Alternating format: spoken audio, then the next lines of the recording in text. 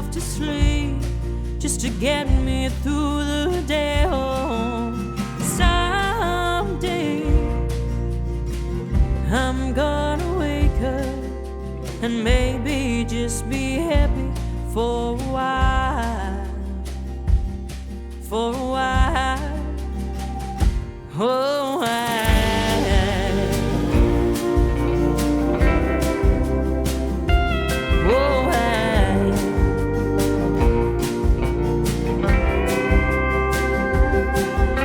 some days I go out for the paper and I read the morning headlines and I smile.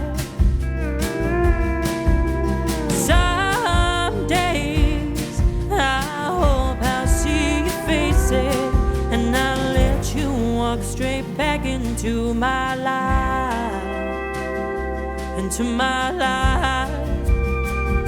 Crocodile,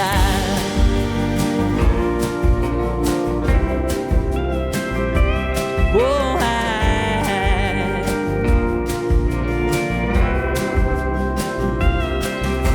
some days I just wanna know where the good people go, where do they hide? Some days I just wanna go and leave this wicked world behind, behind. Goodbye.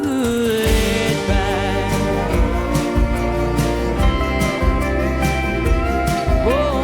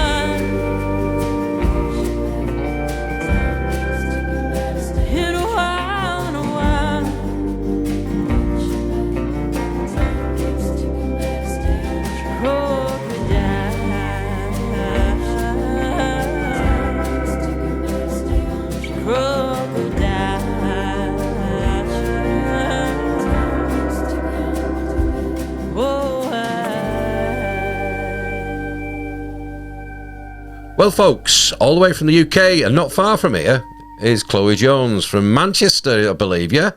Yeah, that's it, yeah. Yeah, I'm from St Helens, so we're not too far. No, not too far. Not too far at all. How are you anyway? You good? I'm good, thank you, yeah. Yeah, I'm doing well. How are you? I'm good. I'm hearing that there's a new single, isn't there? There is, you heard right, yeah, there is. Friday the 27th of May is when my new single Crocodile comes out. Really excited about this one. Put a lot of work into it. It's not really necessarily a new song.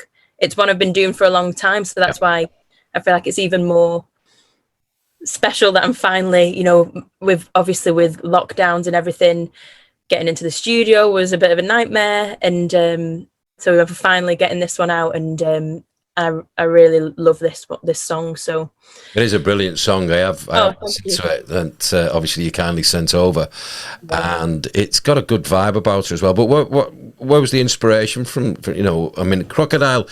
You think where does that come from? Is she a nature lover? Is she like the jungle? What's going on? Well, because with most of my other songs are very personal, and they're about experiences and things like that. But I think when I was writing Crocodile, I was trying different writing exercises, and I think I'd read somewhere that you could pick up a newspaper, and the first headline that you see, you've got to write a song from that. So I think and this is what I think I wrote it about. I can't 100% remember, but I have that idea in my head. And there's a lyric in the song that says about, going for the paper and stuff, and reading the headlines. So I kind of put that in there. And I think the headline that I'd seen was In a Wild Crocodile.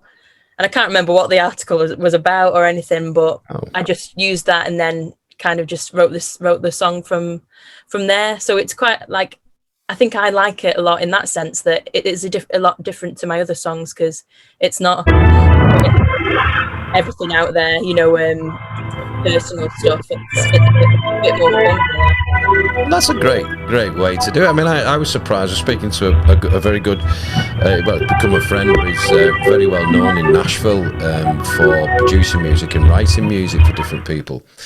And I said to him, if you get a mental block, what do you do? He said, I just sit in Walmart for an afternoon. People watch. Oh, really? I was like, that's interesting. And you've just come out with another one about article on a newspaper. Wow. Yeah. It was just one that I thought, I'll give it a go. And because I always do these, like I'll get, writer's block, or I'll get bored of doing the same things over. So I'll just try a different technique, and that one obviously paid off. Yeah, it was good. I wrote one some years ago because I was I worked in an office in insurance. I was head of this insurance department, and this girl from Liverpool always came in dressed up to the nines, and always had some kind of new jewelry. I said, wow, girl. I said, your guy must be really well off. And she said, no. She said, I've got champagne taste, but he's got lemonade money. And I sat on it for 2 years, and I wrote it down straight away on my iPhone, on the notes, and then just built a song around about high maintenance girls, It was like, it's surprising what you pick up in it. It is. Well, because that's when I've done, like songwriting courses or listen to people talk about how they write songs and stuff, and that is a really vital thing, grabbing these little phrases, when you hear something and you like, and it sticks, you write it down, and that's where a good song comes from, I think. A lot of mine came from Talk Sport. One in particular, I wrote a song a while ago. God, it was a while ago, because I've been an artist for like 20 odd years, but mainly covers, and clubs and stuff up and down. And I thought, no, I want to write something. And I was just driving home one day, and I heard this athlete had a really bad accident and basically stopped his career. And the commentator or the interviewer said, how'd you get through the day? He said, well, every day I'm above ground. I went, above ground? Yeah.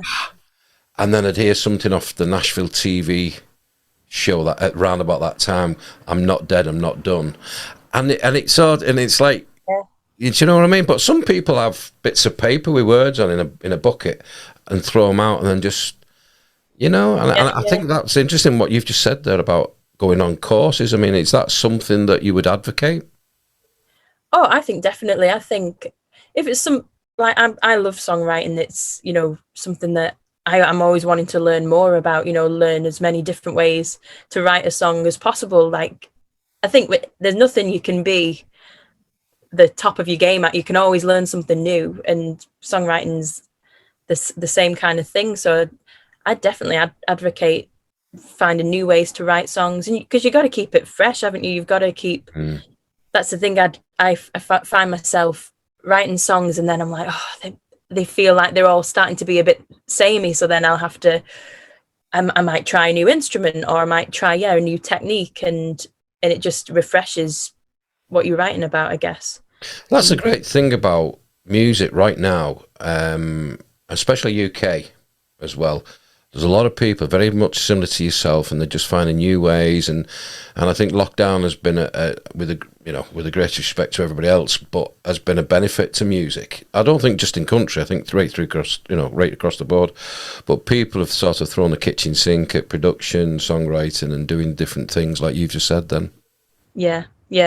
And that's the thing, because I would have done a lot of the songwriting kind of courses during lockdown when I'm there out of work, and just people, where they're trying to just better themselves in any way they can during that time where we couldn't go out and do the gigs and learn that way and advance that way. So I find it helpful, and I just find it, I enjoy it. It's just enjoyable for me.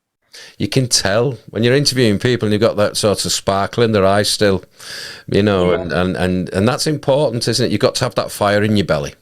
Oh, of course. You know, I always said this: the day I stop enjoying performing is the day I stop. Yeah.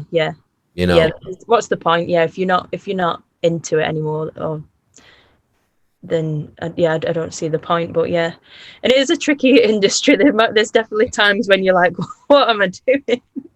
Why am I travel 200 miles to a gig, or even 300 miles sometimes in my case, and there's about a handful there, and you turn around and go, really sorry, Paul, there's a lot of people gone on a cruise, and you go, oh, God, no. Yeah. You know, there's a festival around the corner and everybody's gone there, like, and I'm like, oh, and I've just come all this way, or they're not friendly, and you really don't want to come out your changing room, and, you know, and you think to yourself, and you're on your own, and you're thinking, I'm down here for 5 days, and I've got another 5 days of this, you know, but then one or two gigs come around, and they just think, that's why I do it. Exactly. There's always that something that will make you realize, oh, this is why I'm doing it, and you'll get that spark back again. But yeah, it's definitely not there 24/7. No, I tell you what's got my spark back, and it's since I've been with the BCMA and doing the interviews and seeing a lot of artists very similar to yourself on the UK scene, and have just blown me away, because at one point I was sort of doing radio and not really knowing about the UK scene, but not in depth. You know, I heard about a few of the headliners and things like that, but when you dig a bit deep, and it's like, what? There's so much talent. I'm telling everybody, like, I've got a really good relationship over in Canada with people over in Canada and Nashville and that. I said, you really need to check these artists out. Have a look on Spotify and, you know, whatever. Yeah. And it's just amazing. And I think, and this is something I've mentioned many times on here, the country music now is broken down into different elements or different genres within a genre. You know, you've got your honky tonks, you know, your 90s kind of vibe. You've got your bro country kind of, you know, tailgates and beers and all that kind of stuff. Then you start having your mellow kind of country, or what I would call coffee shop country, where you could be in a coffee shop getting a brew, and you could hear something in the background, think, oh, and you don't realise it's country, but it just blends in with exactly. Yeah. Because so many people say country is one of those, it's a bit like Marmite, isn't it? Like people are either like, I love country, or they say, I hate country. But I say to those people, I'm like, you can't say that. It's so broad. There's like, it's not just country. It branches. Well, any genre branches out into all these different styles. Because I never, when I first, you know, started playing music and, well, sharing my music, like, I didn't grow up necessarily listening to country music, but I'd sing and people would say, oh yeah, you're a country singer, and I'd be like, I'm not. But it's funny, yeah. But then I got into country, because I thought, oh well, people are saying that, you know, I sound country and everything, but then you find out that it's not just that one thing, and maybe I was at first a bit like, I'm not a country singer, you know, a bit defensive, but now, you know, you embrace it, because there's so much more to it than I think people would first think. And I've heard so many people say, you know, I used to hate country music, but now I listen to such a body and realise that is country as well, and that it's very broad. Yeah, I was exactly the same.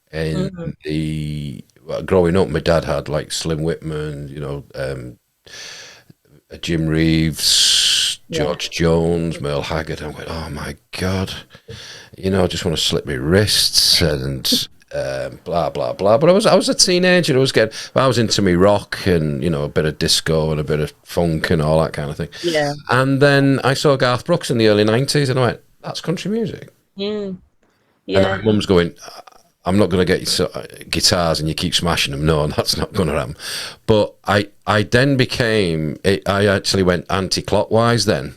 I started to appreciate older country, like your 40s, 50s, 60s country, and finding out where, you know, what everybody had an inspiration to go up a ladder. You know, like Alan Jackson would have Merle Haggard would have Johnny Cash, and it's stepped going up, you know. Okay, it's gone its different ways now, but country music in essence is storytelling.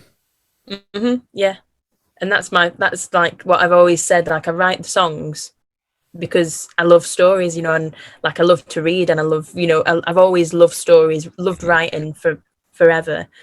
So that's why I write songs. So that's why I think I probably do fit well into the country genre, because it's storytelling. Yeah. And when you're on about going back, like now when you were younger, I mean, when did you write your first song, or when did you think that I really want to do this as a career? Well, I feel like I've always been, you know, creative, always been writing, you know, songs, stories, poems, and I started learning the guitar when I was 9. I started having lessons but I wanted to, you know, play electric guitar, like rock and everything. Oh. But then realised it was not as, especially as a 9-year-old, it's not just you pick up the guitar and you can be this amazing lead guitarist. So I think I stopped playing for a little bit. But then I think when I was probably like 12, 13, I started, you know, doing chords again, and then writing songs to, you know, with the guitar as like an accompaniment then. And then just started to do it more and more. Yeah. And obviously, again, your first couple of gigs and things under your belt. I mean, was you nervous? What age was you when you did your first sort of gig? Well, I think I was probably maybe like 17, 18, maybe even a bit older, because I was at the time I was doing I wanted to be an actress. I wanted to be in musicals. Like I loved singing and acting. And the thought of sharing my songs, because like I said, they're so, you know, they're quite personal to me. The thought of sharing my songs with people was terrifying, and I'd never, you know, shared them before. So I thought, you know, I could be rubbish, like they could be awful. So I'd actually been doing a play or something at a theatre in Manchester, and like a little small theatre, and they had some sort of music night coming up, and I'd said, I'd play the guitar, you know, and write songs. And they said, oh, come down, you know, you can have a slot. And it was like one of those things that's, you know, terrifying, but I was like, yeah, I should do, really, you know, I should give it a go. So I did, and but I was terrified because at the time I wasn't confident on the guitar, you know, because I just used it to write the songs. Yeah. And I just wasn't confident in any sense, just very self-conscious about all of it, you know, the songs, the singing, the guitar playing.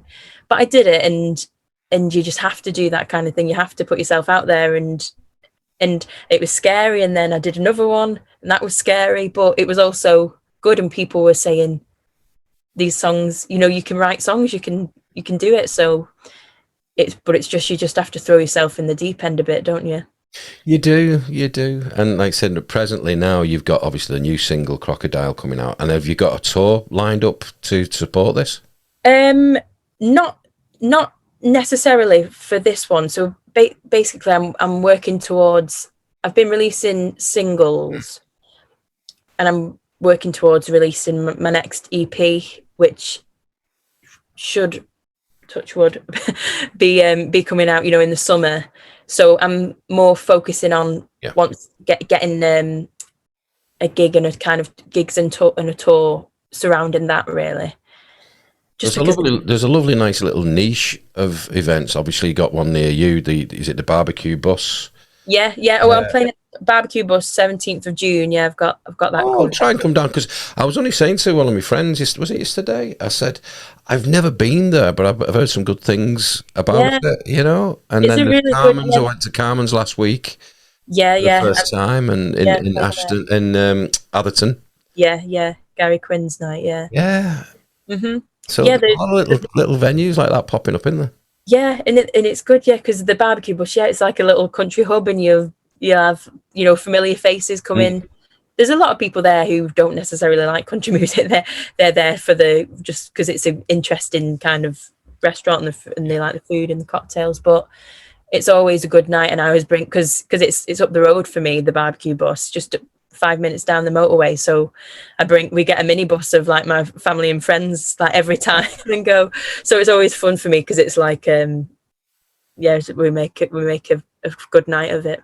Oh, that'd be good, that, because Yeah, I've that's had a few 17. texts a few times saying, "Are you doing anything tonight? Come on down." I'm going, "Oh, I'm busy. I can't do it." But I keep saying now because I've been to Carmen's and I really enjoyed Carmen's. It was really Yeah. good. My mate Ash Cooper was hosting it because Gary was on tour. His big Oh, tour, you see, with Dominic Kerwin. You see, yeah. he doesn't share the limelight now with the likes of us. You know. He's a great mate of mine, and I'm looking forward to Buckle and Boots next weekend. Not this weekend, coming weekend Yeah, after. the Jubilee weekend. Yeah. Yeah, so I'll be. It's Jubilee weekend. Oh, well, I'll have It some is, of my yeah. tiaras. That's going to be quite fun. Yeah, Tiaras yeah. and cowboy hats. There's a song. Yeah. So, but no, that's really, really good. I'm going to ask you one more question before we play a single. Hmm. You have got a fire pit going on and you want to have a party, and you can invite 6 people that's past or present who's been an inspiration to you. Who are those people and why? It could be family, it could be friends, it could be anybody. Oh, okay. So 6 people. 6 people. Okay. I would invite, well, I'd have Joni Mitchell there Nice. because she's just my favorite. If I could ever meet Joni Mitchell, that would be insane. Just, 'cause like we said about the storytelling and just the poetry of her lyrics blows me away. So just imagine they're there on a guitar at the campfire, Joni Mitchell. Exactly. So Joni Mitchell, I would have. It's this hard to think of 6 people. I'd have to have my mum, and I couldn't not invite my mum and dad. Good. Yeah. They're they're any gig that they can come to, which is most of them. They're there. Yep. And my dad loves to sing song as well, so he can sing around the campfire. So we've got those 3. Joni Mitchell, my mum and dad. Let's have, Stevie Nicks is another one of my My fave. favourite. Yeah, she's amazing. I think you can go your own way. Fleetwood Mac, I love them. What? So we'd have Joni, Stevie, Mum, Dad, 2 more. I'd love to, like, someone who would have loved to have seen live, David Bowie. Like, I did. I saw him in Manchester Main Road. Yeah, I think my dad did as well. I think that's one. The Glass Spider tour. It was. Yeah. Yeah. I just think that everybody was there. It was the Serious Moonlight tour. I think it was called. Yeah. Something like that. Yeah. So I just there's one person that I just would have loved to. There's a Bowie tribute night at the Camp and Furnace in Liverpool in a couple of weeks, and I've been. Oh right, yeah. I've just done a Bruce Springsteen tribute night there as a DJ, and I'm hoping to get that gig as a DJ at every Bowie one. So that'd be quite. Is it a good tribute act? Have you seen them before? I believe they're very good, actually. Yeah. Oh wow. Yeah. Well, would have loved to see him. I just think we know how amazing he is. My attic's full of original Bowie. Yeah. Even David Jones when he was back in the day. Really? Yeah. Yeah. Massive fan. Wow. Massive. Well, that's a good shout. Like that one. Yeah. So that's 5, isn't it? Yeah. 1, 2, 3, 4, 5. Oh, we need a good one for the last one. Who'd be good at a campfire? Maybe a good cook. Yeah, well, I'm going to say, let's Gordon Ramsay or something like that, Yeah. Yeah, someone who's going to cook some good food. Yeah, I like that. Big barbecue. Yeah, I'll go for that. Do you must know my mate, Wayne Hadlow. From Fortson and so on. He's the president of BCMA. You'll know him. Yeah, the name sounds familiar. Yeah, he's a brilliant cook, and we'll get him there. He's got great barbecue techniques. He's got secret recipes nobody can ever, Oh wow. Yeah, and he used to run the Fort San Antonio at Lytham St Anne's. You see all the family, so they had this big kitchen going on, and it's no longer there, but they're bringing that to the masses outside with a restaurant and that. So yeah, it's. Wow. So yeah, but the only problem is you'll have to supply beer, which will probably cost you an absolute fortune. Yeah. But it's been an absolute pleasure. Yeah, and good luck with the single as well. We're going to play it in a minute, and like I said, hopefully get to see you on the road, and it'd be good to see it live. And I wish you all the best going forward. Yeah, thank you very much. Yeah. See you now. Bye. Ciao.